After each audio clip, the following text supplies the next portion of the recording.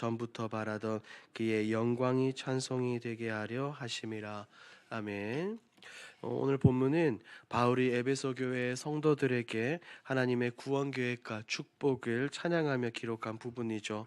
에베소는 잘 알고 계시는 것처럼 로마 시대에 굉장히 중요한 도시였으며 이방 종교와 철학이 굉장히 융성했던 곳입니다. 이런 환경 속에서 바울은 예수 그리스도의 십자가와 제사함과 속량, 하나님의 뜻과 계획의 성취를 이 서신서를 통해서 그들에게 분명하게 고백을 하고 있습니다. 오늘 본문이 무엇을 말하고자 하는지 함께 살펴보도록 하겠습니다. 내용 관찰 1번입니다. 하나님은 성도의 구원을 위해 무엇을 행하십니까? 오늘 7절 말씀을 보니 하나님은 성도들의 구원을 위해 예수 그리스도의 피로 속량과 죄사함을 이루셨죠.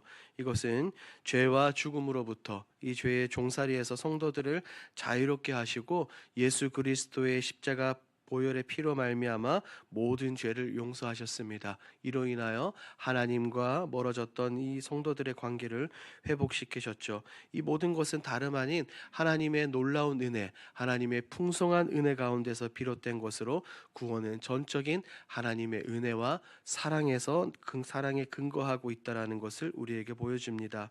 2번을 봅니다. 바울은 복음을 듣고 믿는 것과 동시에 무엇이 일어난다고 말합니까? 자, 13절 말씀을 보니 성도들이 복음을 듣는 것과 동시에 성령으로 인치심을 받는다라고 말하고 있죠. 이것은 성령께서 믿는 자들 가운데 내주하신다라는 의미입니다. 이 성도들이 하나님의 소유임을 확증하고 장차 이루어질 이 구원의 완성을 하나님께서 성령님께서 보증하신다는 것입니다. 성령의 인치심은 믿음의 순간부터 시작되는 하나님의 확실한 보증입니다. 이것은 연구와 묵상에서 우리가 조금 더 살펴보겠습니다. 연구와 묵상입니다. 바울은 왜 구원받은 성도가 약속의 성령으로 인치심을 받았다고 말합니까? 자, 바울이 지금 약속의 성령으로 인치심을 받았다고 말하는 이유는 성령이 믿는 자들에게 굉장히 중요한 몇 가지 표징이 되어지기 때문입니다. 간단하게 한 네 가지로 정리해서 나누고자 합니다. 첫 번째는 구원의 소유권과 확증입니다. 성령의 인치심은 이 성도들이 하나님의 백성이라는 분명한 확증이에요. 당시 인장은 소유권이나 정체성을 나타내는 공식적인 표식이었죠. 마찬가지로 성령은 성도들이 하나님의 자녀임을 확인하고 보증하는 확실한 인장으로 우리에게 주어졌습니다. 그래서 사도 바울은 본문에서 이것을 이렇게 말하고 있는 겁니다. 두 번째로 약속의 성령입니다. 성령은 구약에서 예언된 하나님의 약속을 성취하시는 분이죠. 믿는 자 안에 내주하여 그들이 새 언약 백성이 되었다는 것을 분명하게 밝히 드러내 보입니다. 약속의 성령은 단순히 구원을 시작하는 역할뿐 아니라 우리가 최종적으로 우리 주님 다시 오실 그때 이 구원이 완전히 이루어질 때까지 지속적으로 약속하시고 역사하시는 것을 의미합니다. 세 번째로 장차 이루어질 기업의 보증입니다. 성령은 성도들이 하나님께 받을 기업, 즉 천국과 영원한 생명의 보증이 되어준다는 겁니다. 헬라어로 보증이라는 이 단어는 당시 상업 거래에서 사용된 보증금이나 선금을 의미하며 완전히 지급될 것을 약속했던 겁니다. 성령의 내주와 역사하심은 하나님께서 구원을 끝까지 이루시고 끝까지 완성시킬 것이라는 분명한 약속의 표징입니다. 마지막으로 구원의 확신과 영광을 위한 삶의 동기를 우리에게 부여해 주죠. 성령의 인치심이라는 것은 단지 미래의 약속에만 머물지 않습니다. 오늘을 살아가는 우리에게, 성도들에게 구원의 확신과 하나님의 말씀, 하나님의 뜻을 따르는 용기와 힘을 제공하는 겁니다. 성도들은 성령을 통해 하나님의 영광을 위해 살아가도록 격려받으며 이 땅에서 예수 그리스도의 증인으로 모두가 살아갈 수 있는 동기를 부여받게 되는 겁니다.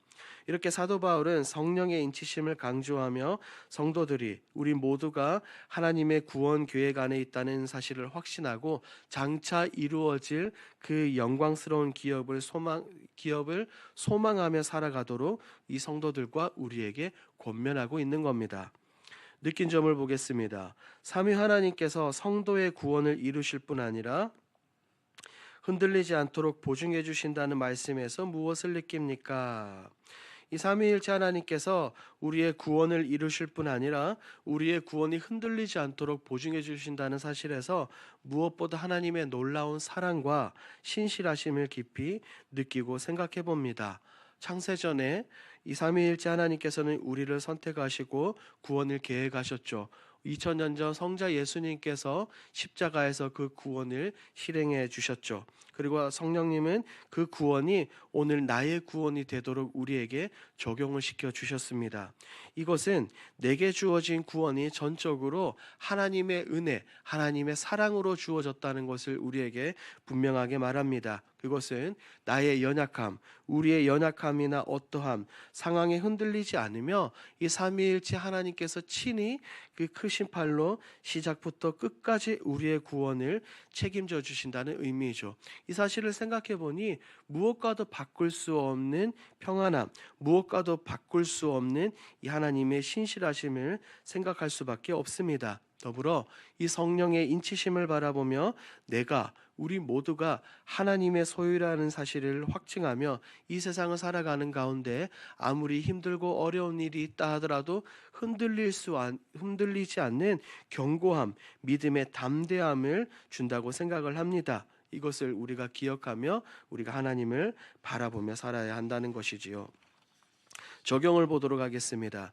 내가 받은 구원을 의심하거나 감격을 잃어 무기력하게 살아간 적이 있다면 언제입니까? 때로 우리는 살아가며 우리에게 주신 하나님께서 베풀어 주신 이 구원의 감격과 기쁨을 잃어버리고 살아갈 때도 있습니다. 성경 속에서도 이런 예들이 많이 찾아볼 수 있죠. 대표적으로는 구약 성경에 등장하는 엘리야가 있습니다. 엘리야는 갈멜산에서 그 위대한 영적 전투를 마쳤지만 이세벨의 위협 속에서 그는 도망을 쳤습니다. 낙심하며 하나님께 자신의 생명을 거두어 달라고 요청할 정도로 엘리야는 구원의 감격을 잃어버렸어요. 하지만 하나님은 그를 책망하지 않으시고 그에게 먹을 것과 쉼을 허락하시며 다시 회복시켜 주셨습니다. 다른 것이 아니라 세미한 음성으로 다시 회복시켜 주시고 사명을 확증해 주셨죠. 이런 엘리야의 모습을 보며 우리가 어려움 속에서도 때로는 감격을 잃는다 하더라도 하나님은 언제나 어느 때나 여전히 우리를 붙드시고 회복시켜 주신다는 분명한 교훈을 우리가 우리에게 준다는 겁니다. 마지막 결단을 보겠습니다. 흔들리지 않는 구원의 확신을 갖고 생명의 복음을 전하는 화해자로 살기 위해 무엇을 실천하겠습니까? 오늘 본문에서 말하는 것처럼 성령의 인치심과 확신을 가지고 살아가기 위해서는 우리가 분명한 몇 가지 결단이 필요합니다. 첫 번째는 우리가 매일매일 몇 구절씩 성경을 암송해 보는 것은 어떨까요? 마치 오늘 우리가 살펴본 에베소서 1장과 같은 구원의 핵심 말씀을 매일매일 암송해 보는 것입니다. 그렇게 말씀을 암송하고 묵상하며 하나님의 사랑과 은혜를 우리의 마음판에 깊이 새기는 겁니다. 두 번째, 매일 잠자리에 들기 전 감사일기를 이 큐티 하단에 써보는 것이죠.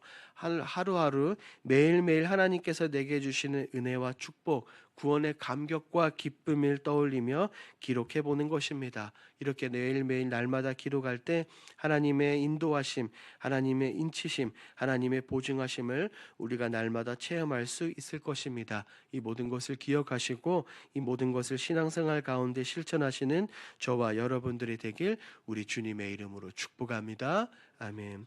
오늘 들으신 말씀을 기억하며 우리 한 마음으로 함께 기도하겠습니다. 첫 번째,